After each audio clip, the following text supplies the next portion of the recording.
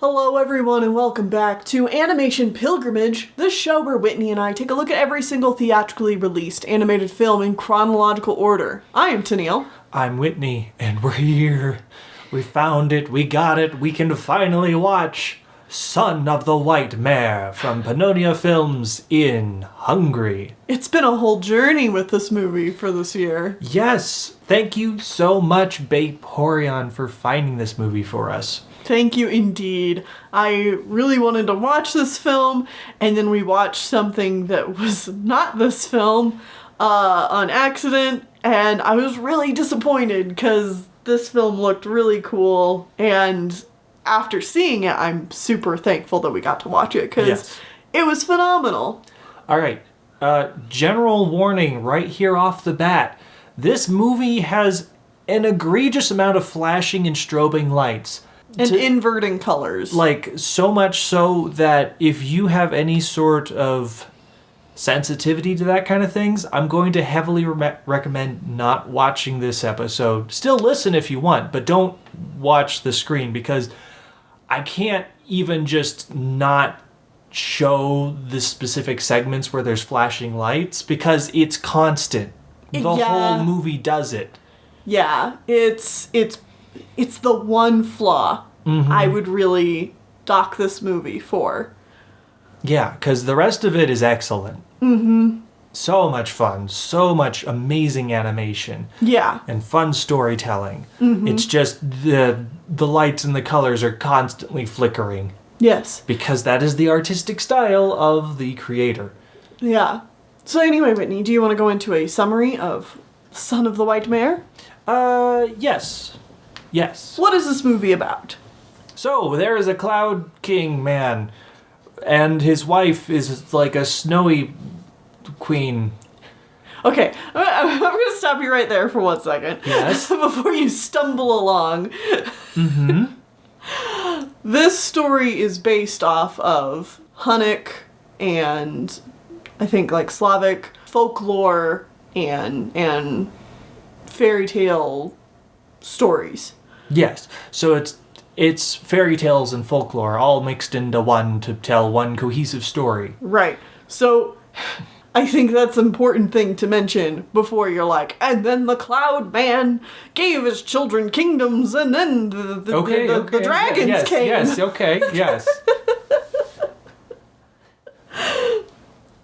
This movie uses a lot of very interesting artistic depictions, and things are not necessarily always realistic or even meant to be taken in a very literal sense. It's very dreamlike. Yes, which is the point of how this director likes to do their movies. Because Johnny Corncob was similar. Yeah. But this is like to the nth degree. They just take it even farther. Mm-hmm. And do even more with it. Characters will constantly be transforming and morphing and turning into varied shapes and different ideas, but still getting across the same cohesive thought of this is this character type of thing.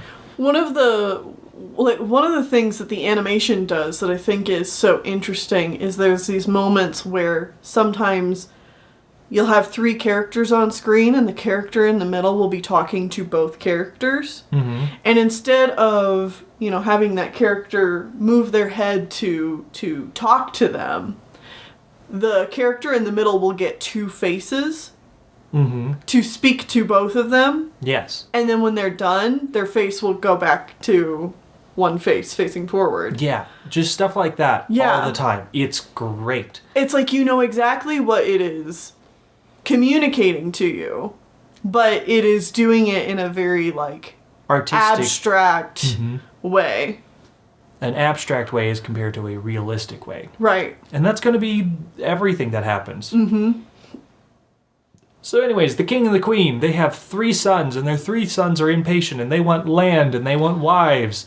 And so the king does so. He gives them all a castle and gives them all a wife. Mm-hmm. And then those wives, while everyone else is asleep, release 3 dragons from the underworld.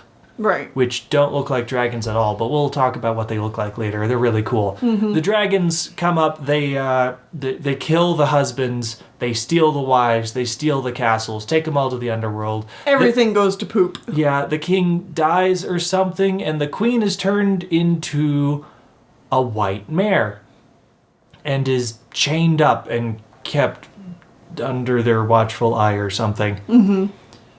While she is there, the white mare gives birth to 2 sons who just kind of scamper off and go off to who knows where. Right. But then she knows that she's about to have a 3rd son, and she escapes. Yeah. And she finds a hollow inside a tree and gives birth to the final son, who is our main character. Tree shaker. Tree Shaker, as he is known in this movie. Yeah. Because over the course of 14 years, he sucks out the healthy milk from his mom for 14 years. It's a folklore. Yeah, it's a folklore thing, yeah. You know, if this was told in any sort... That's the thing, is this is a story that is using the fact that it is a folklore to make the weird stuff as part of the art of it. And it embraces that, whereas, you know, if this was a modern retelling of this story, it's like, okay, you need to change some things then. Yeah. But it's not a modern retelling. It's an artistic depiction of this legend.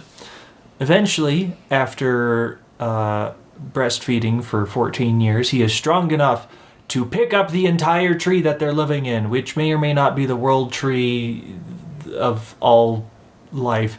But anyways, he puts it back down, and his mom's like, thanks, you're strong enough, you can go save the kingdom and kill not the giants, the dragons and stuff. Go to the underworld and kill the dragons. And then she dies. Yeah. And Tree Shaker has also been guided by, like, the Cloud Father. I am the Cloud Father. You know what I'm talking about. Yeah. His dad, who may or may not be his dad, it's a little... Just don't try it. Don't think about it. Yeah, we're not going to think about it. His wife is definitely his mom. Or the king's wife is definitely his mom. Whatever. We're moving on. It's folklore, whatever. Yeah. So he goes off and he finds the other 2 brothers that were born before him, who I believe their names were Stone Mover and Iron Shaper, or something to those extents. It's close to that. Yeah. Yeah. Stone Mover is red, and he's strong, but not as strong as the main character. Not as strong as Tree Shaker. I love that when they all interact, they're like, who's strongest? The way they prove their strength is they're like, let's wrestle. And this version of wrestling is by picking the other person up and slamming them into the ground and seeing, like, how far do they, like, dig into the ground, like you're throwing, like, a spike or something into the ground. Tree Shaker wins every single time. Right, because Tree Shaker's the best. And so Iron Shaper also has just, like, this big slab of iron that he will constantly shape into different things depending on what they need it for. So, like, that's his thing, but he is also stronger than Stone Mover. Either way, they eventually find a little hut, and they know that they need to find a way into the underground, so they go searching for a hole to get into the underground. And this is a thing that happens 3 times, but one of the brothers will be left behind, and then a little cloud gnome man shows up and tricks them, I guess. He's like, what you making? And they're like, well, I'm making a food. And it's like, can I have some? And they say no. And then he's like, fine, I'll eat it off your stomach. And so he takes the boiling pot and sticks it on their stomach, holds them down, and eats all of their food. And then he leaves, and the other brothers come home, and they're like, hey, why didn't you do the thing? And he's like, yes. They never say that there was a small man that tricked them or anything. And so the other brothers spanked them. Yeah. It's a little weird because it happens to both of the brothers. And then the 3rd time, we have Tree Shaker left, and he is able to best the little gnome man because he's just so strong he can't be held down. And so he chops off the gnome's beard. Which is what gave the gnome its power. Or something. And so him and his brothers reforged the beard, which is like a cloudy essence or lightning, into an impervious sword made of pure electricity or something. But again, following like the fairy tale format, everything happens in like sets of threes. Like they need to forge the sword 3 times in order for it to be good enough. Impervious to damage. Right. Yes. So also through doing the stuff with the gnome, they found a hole into the underground. And so they lower the brothers one at a time, 3 times into the hole. And the first 2 brothers are too scared by the weird stuff in the hole, so they get pulled back out. And so it's a tree shaker who goes down ultimately, and he ends up in the underworld. And now he sees in the distance that there are the 3 castles that have been stolen away. So he goes to the first one. And all the castles spin. Yeah. I don't know why, but they're spinning. And so every time he goes up to him, he has to be like, "Castle, I command you to stop spinning." Or I shall destroy you. Yeah. And inside the first castle, he finds the first of the 3 wives that were given to the brothers way back when. And I can't show her because she is naked. All the time. The first one is just naked. She's just bouncing boobily everywhere. Which is fitting because her current husband / captor is the first of the 3 dragons, and he has 3 heads, and he is made of rock, and he is definitely phallic. Very. He is all about sexual, I don't know, crimes. I don't know. Crimes isn't the correct word. Sins. They're like, I don't know. I feel like these 3 are supposed to represent various forms of human sin or something. But that might just be me thinking of like the 7 deadly sins and other things like that. Maybe. I don't know. So he's got 3 heads. He's got, yeah. Anyways, he fights him by throwing him into the ground.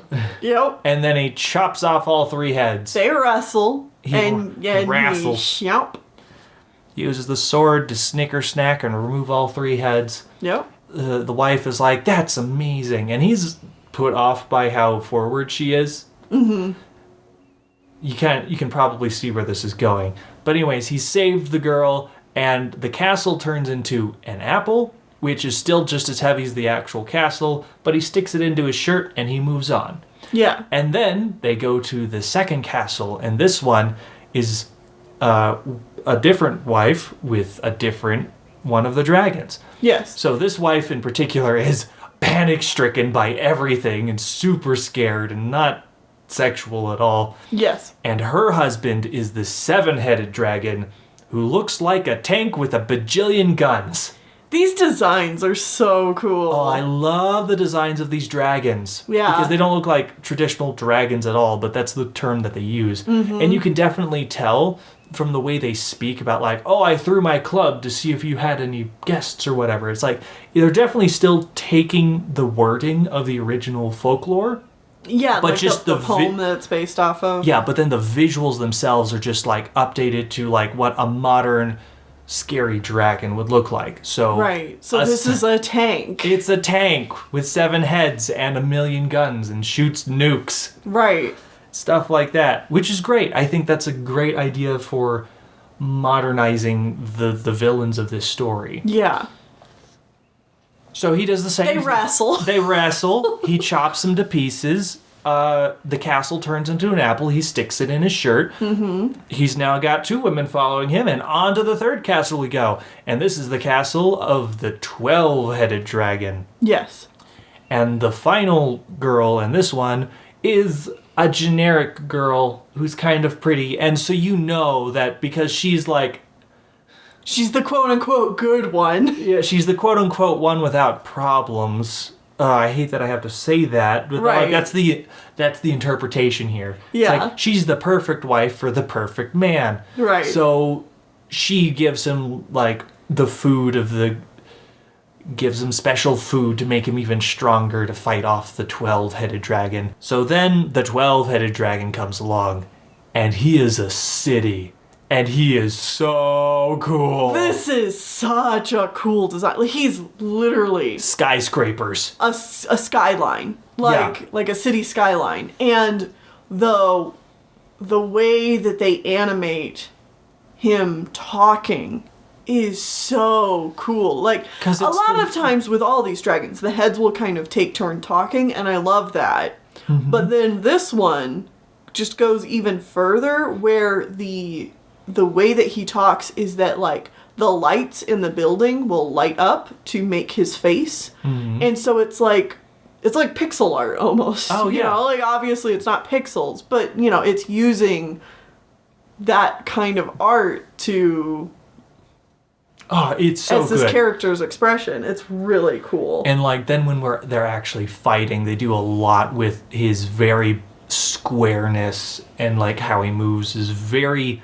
It feels like early pixel art before, like, that's a thing that really exists a whole lot. Mm-hmm. Because technically in 81, video games have started peeking out of the recesses of the earth and have started to appear, but, like, this is still, like, a fairly early on interpretation of how this kind of stuff works. Well, and film is not going to acknowledge that kind of video game art as any kind of art form for a long time. Mm-hmm. But another thing I want to point out, by this point in the film, you might be thinking, like, oh, well, isn't this getting kind of boring with being so predictable with, like, the rule of three happening over and over again? And while I will say that this film isn't, like, it's not going to throw you for any loops, it does a really good job pacing these events so that by the time you get to the third one, it feels more climactic and like, this last confrontation with the last dragon does have a good build up to it, even though, like, you know what's going to be happening. Mm-hmm. Anyways, he wins, he kills the dragon. Yeah. He takes the girls back and he has the other brothers pull them out, and then he decides, he takes the 3 apples that are egregiously heavy, puts them in the pot, and it's too heavy, and it breaks the hole, and it shuts, and he's sealed in the underworld. Mm-hmm. And so he goes off, and he finds a griffin, and he kills a snake a big evil serpent snake who's trying to eat the griffin's babies. Yeah. And I love the design of this thing. The griffin. I mean, obviously, the design of everything in this movie is great. Yeah, everything is really cool. This thing's face is the moon. Yeah. It's really good. So he feeds... The griffin says he'll fly him out of the underworld, but he has to feed him 10 oxen and 10 barrels of wine. Or something like that. It might be 12, but yeah. So... as they're flying, he's just throwing these things into its mouth, and then they almost get out, but it's not quite enough. So he chops off his leg and feeds it to the griffin, which is just enough to get them out. And then the griffin's like, "Thank you for feeding me your leg so we could get out. It was quite tasty." "Yeah, I'll give it back now." Blurp.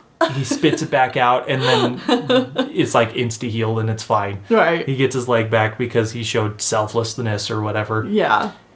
And then his brothers are there, and he's like, "You betrayed me and didn't pull me out." And they're like, "No, we didn't. We tried. It broke." Right. And then they all live happily ever after. They each get a wife. They throw their apple out, and it, like, reforms into kingdom. A castle. Yeah. Yeah, they all get the castles and the wives. And the king is back because all the evils have been destroyed. Mm-hmm. And his snow wife is back. And it's confusing whether these are still supposed to be the same. This is still the same white mare, or that part I'm honestly a little lost on, is how all these characters are technically related, because I thought I understood, but, like, they never act like that's how it actually is. My interpretation of all of this is that the inciting incident, the dragons coming and yes. all that is these gods fall from grace. And like fall from power, and so, like, they take on new personalities and people until they make their hero's journey and are restored to their former glory. Okay. Like, that's how I see it. Okay. Well, either way, everything's back, the kingdom is restored, and they all live happily ever after. The end. 10 out of 10. Please watch this movie. It was very good. This was really good. If, obviously this isn't going to appeal to everyone if you're looking for more conventional storytelling, more modern storytelling. But if you enjoy, folklore, if you enjoy seeing a more artistic take on a story, like, this was really cool, and the visuals were outstanding. So much fun. I loved watching every second of this film. Yeah. The way that the animation worked, by using these shapes, help add to the simplistic nature of the story, and also the, out-of-worldliness of it as well. So, another great thing, though, about us finally getting this movie, and it being sent to us in DVD form... Blu-ray form by Vaporeon, is that it came with bonus features. Yes. And I can't tell you how happy that makes me. I feel bad a lot of the times for Animation Pilgrimage when I just don't have any information about the production of the film to talk about. And a lot of it is just because, there's not a whole lot of information out there, or it's information that's beyond my reach. But with this film actually came with an interview with the director that was filmed in 2019. 2020. 2020? 2020. Now, sadly, this director, Marcel Jankovic, has recently passed away as of last year in 2021. Oh, that's sad. Yeah, but I'm so thankful that there is this interview with him. Because it just really shed some light on Pannonia Films in general, on his career, and just makes me appreciate his works and everything that went into this movie even more.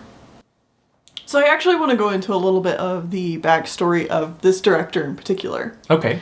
He was a young man working in a factory when one of his co-workers was asked to work at Pannonia, and this co-worker didn't end up taking the job at Pannonia, but said, hey, I know this kid who's really good at art. And so he recommended Marcel Jankovic, and Jankovic knew nothing about animation. He was 21, and he went into Pannonia, but he started learning, and it's so sweet in the interview. He talks about how the day he started working at Pannonia, which is right at the beginning of the 60s, he says that he remembers that date better than his birthday, because he sees it as his new birthday, his rebirth day. And that made my heart melt. I was just like, oh no. Oh, that's so sweet. But he started working at Pannonia in the 60s. As they were doing stuff, he talked about working on some airline commercials and things like that. And then when the Yellow Submarine came out, that was a huge influence for the kind of animation he wanted to do. He talked about how back then he saw it as there was really only two styles of animation that were getting done at that point, and it was either you were doing the fully realistic Disney style or you were doing the UPA style. And he didn't want... He didn't like the rigidity of either of those. So then when Yellow Submarine came out, he said it was a huge influence then when they started working on Johnny Corncob. Because it's we can be fluid and change shit as the animation's happening. And this is going back to Johnny Corncob for a little bit, but remember how in Johnny Corncob the feet on the characters were so big? He talked about that design choice, and how everybody would always comment on it. And he said that it's because he wanted it to feel like you were looking up. At all the characters at all the time? Yeah, that you were looking up to Johnny Corncob. Like, he's a larger-than-life character. And I was like, oh, that's really cool. That's a smart idea. Yeah. It's like, I don't know that necessarily that idea translated to the audience very well, but that's a really cool idea and design choice. So anyway, Johnny Corncob ended up being a pretty big success. Yeah, I think we talked about that it was good. Yeah. Good movie that people enjoyed. Yeah. And so for him, that being his first directorial debut, he was like, whoa, okay. Wow. And so then, several years later, he's worked on like a couple of different shorts, which were actually on the DVD we saw as well. Sisyphus and The Struggle. And he talked about how he was really, really glad and thankful that Pannonia and the executives that ran the studio? Yeah, funded money into the studio were open and willing to the idea of him being able to do work that wasn't the typical children's media content, which is animated comedies. Yeah. No, I appreciate that too. Yeah. And he says how he's so thankful to stuff like that. However, he also still has a real appreciation for what animation can do to engage with children, because both of his shorts, or at least Sisyphus, but all of his films tended to capture children's imaginations more than any other audience, even though that wasn't the audience he was going for. Sisyphus ended up winning a children's award in Hungary, and he was like, I wasn't expecting that, but okay. But there's just something about animation that connects with kids. And then so when he started working on Son of the White Mare, he talks about how he specifically wanted the film to be dreamlike and to have the feeling of it being a story that your mom or your grandma or your dad or your grandfather would tell you as you're trying to go to bed. And that the visuals specifically wanted to be dreamlike so that if you are a kid falling asleep, this story could enter your dream and give you something with a happy ending. And I was like, that is so sweet and wholesome. I love this. I love this so much. And, of course, he gets the question in the interview of oh, well, some people say it's psychedelic. And he's like, yeah, we didn't do any drugs. It's we just wanted it to have this dreamlike visuals. You'd be surprised at how few people actually do drugs when they make things like this. I mean, plenty of people do use drugs to make things like this, but it's not always oh, well, it looks weird, so therefore drugs were involved. It's not really... That's not a one-to-one. That much of a one-to-one thing, yeah. And then after Son of the White Mare came out, it was halfway well received.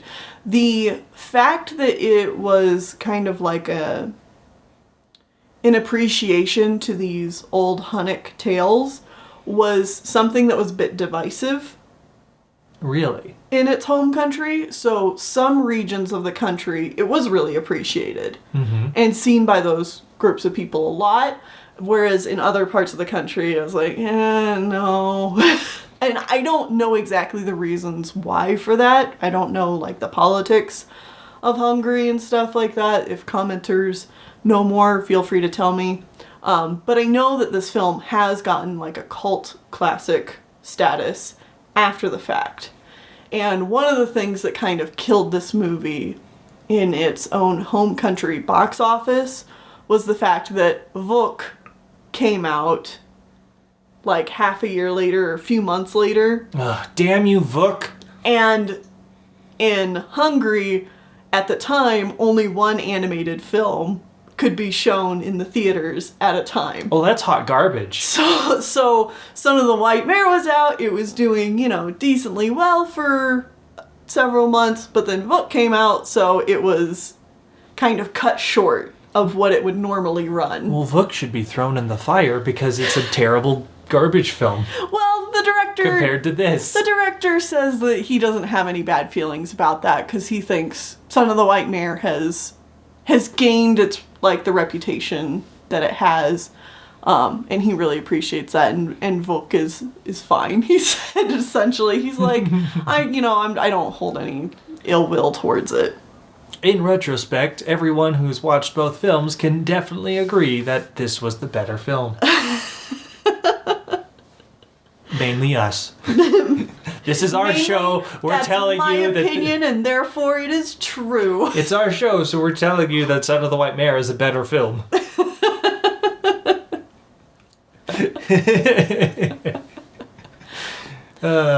And he also talks about how, again, that this film really, connected with kids, and how it would be, one of their favorite films that they would put on over and over and over again. And he just kind of talked about how special that was, and how both his wife and his mom would tell him, "You're never gonna make anything as good as Son of the White Mare ever again." And he's like, "They're right." I mean, to be honest, if I had this film growing up instead of something like Fantasia, yeah, I bet this would be one of my absolute favorite films of all time. Yeah, same. This just feels like the kind of movie that I would really, really have It's just a movie latched onto as a kid. Especially as a kid, I think that this would be something that you just kind of vibe to. You can just watch it entranced, or you can kind of just have it on in the background while you are coloring or something. It feels like one of those kinds of movies. Yes. It doesn't require your full attention, and yet it can also completely captivate you. Mm-hmm. The movie actually also had a little bit of problems during production, and I found this fascinating because he talked about foam bath. Foam bath was the Soviet Union film? No. We kept mistaking it for the Soviet Union because film. Because it felt like it was, but right, it wasn't. But it wasn't. It was made by Pannonia. Oh, okay. So they started production on this film, but almost immediately had half of their production team cut in half so that there was a team put together to work on Foam Bath. Okay. That was a weird film. Yeah. And not in a good way. But again, I'm so thankful for this interview because it connects the dots of production history on some of these films that I just could not find. We didn't have before. Yeah, in other locations. And I know it might not feel like a big deal to hear oh, well, part of the production team moved on to another movie, so that meant that the production for this took a little bit longer or whatever. It's it's very corporate businessy stuff, but to me that's just, it's fascinating, and it's part of the puzzle, and it's part of just It's what you love about this project so much. It is. I love finding out stuff about this. I love finding out the work that went into making art. It's just super fascinating to me. And of course, this director will go on to make more shorts and do 2 more theatrically released movies. Oh, cool. Yeah, one of which is the one that we accidentally watched when we thought we were watching this film originally. Son of the Golden Hind. Miraculous Hind. Miraculous Hind. So, not only was it the same same country with the same film company, it was the same director. when we watched the wrong film. So, like, can you blame us for watching the wrong thing? It did come out in 2002. It didn't feel like 2002. It didn't feel like that much of a difference, yeah. And then he has another film, which I currently am blanking on the title of, but it's another one of those, like, films that basically he was the only one working on it for decades. So a passion project of one person. Yeah. Yeah. We watched a couple of those. Uh-huh. And they're always fascinating. Mm-hmm. It's always fascinating when a project goes on that long and how the end result ends up turning out. And then I think that movie released in the late aughts or like early 2010s. Okay, so we have a long ways to go before we see some other stuff from him. Right. I do highly recommend checking out this film, though. This was great. If you could also check out his other works, Sisyphus and the other short that was on there, The Struggle. Those are both great. They're 2 minutes long. Sisyphus, in particular, I recommend to any animation students or any... I know that we have some, like, animation, like, professors and stuff who watch this show. I recommend showing your students Sisyphus because it's a great little short about weight in animation and not just about like the physicality of moving something in animation, which is always a really hard thing to get students to learn because like weight is really difficult, but it also has fantastic line weight. Yeah, it also feels like a really good example of like gesture drawing. Yeah, yeah. Of just like very little is being drawn, but it gets across so much. Mm-hmm. Yeah, I really enjoyed that one. The other one was also pretty neat. Yeah, interesting story. The director talked about that in the interview as well, is that they tried... What they were using for animation was like essentially the same material you use for like eyeliner in makeup for the lines. Sure. I don't know much about makeup, so I don't know yeah. It's like a pencil, but you know, obviously it's a bit more sticky if I had to describe it. And he's talking about how he had to constantly redraw the frames for that one because they either like kept smudging or like it would dim and like come off the paper and stuff. It was just like a really difficult material to animate with. But he's like, whatever, I don't care, I'll redraw the frames to get this done because I want this look. So interesting. Yeah, it's just because really... it definitely felt very chalky or something, which was the point. Yeah, which is interesting because then the whole short is called The Struggle, and it's about like the struggle of being an artist. And fantastic.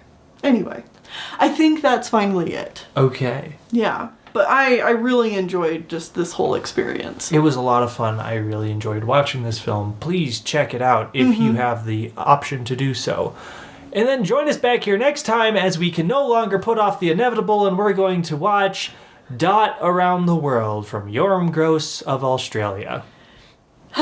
We put it off for as long as we could. Come back next time for different vibes. I can only assume.